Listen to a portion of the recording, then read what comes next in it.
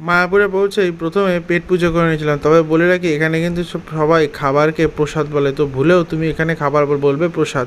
তো তারপরে দিশাকে নিয়ে একটু এক্সপ্লোর করতে বেরিয়েছিলাম। ওই দেখছো সেই মন্দিরটা যেটা নতুন হচ্ছে, আর বাইরে দেখছো কি সুন্দর বাগান করা, সবাই এখানে বসে গল্প করছে, কেউ কেউ ব্যাডমিন্টন খেলছে। তারপরে একটু এগোলেই দেখতে পাবে ওখানেই রয়েছে মন্দিরে ঢোকার পথ, আর এই পাশেই রয়েছে একটা প্রসাদের জায়গা। প্রসাদ মানে একটা ছোট্ট খাবারের দোকান মতো, এখানে লাড্ডু, মিষ্টি, কেক আরও নানা ধরনের খাবার দাবার পাওয়া যায়, তবে এটা পুরোটাই ভেজ, কোনোটাই কিন্তু নন ভেজ না। তারপর উল্টো দিকে এই ঠাকুমাকে দেখলাম ডাব বিক্রি করছে। ঠাকুমার কাছে মায়াপুর সম্পর্কে কটা কথা শুনে নিলাম। বলছি তুমি কতদিন ধরে এখানে ডাব বিক্রি করছো?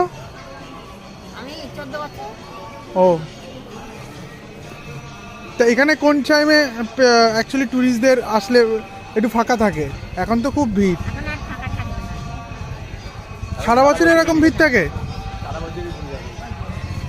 বড় মন্দির চালু হবে আর থাকবে না। ও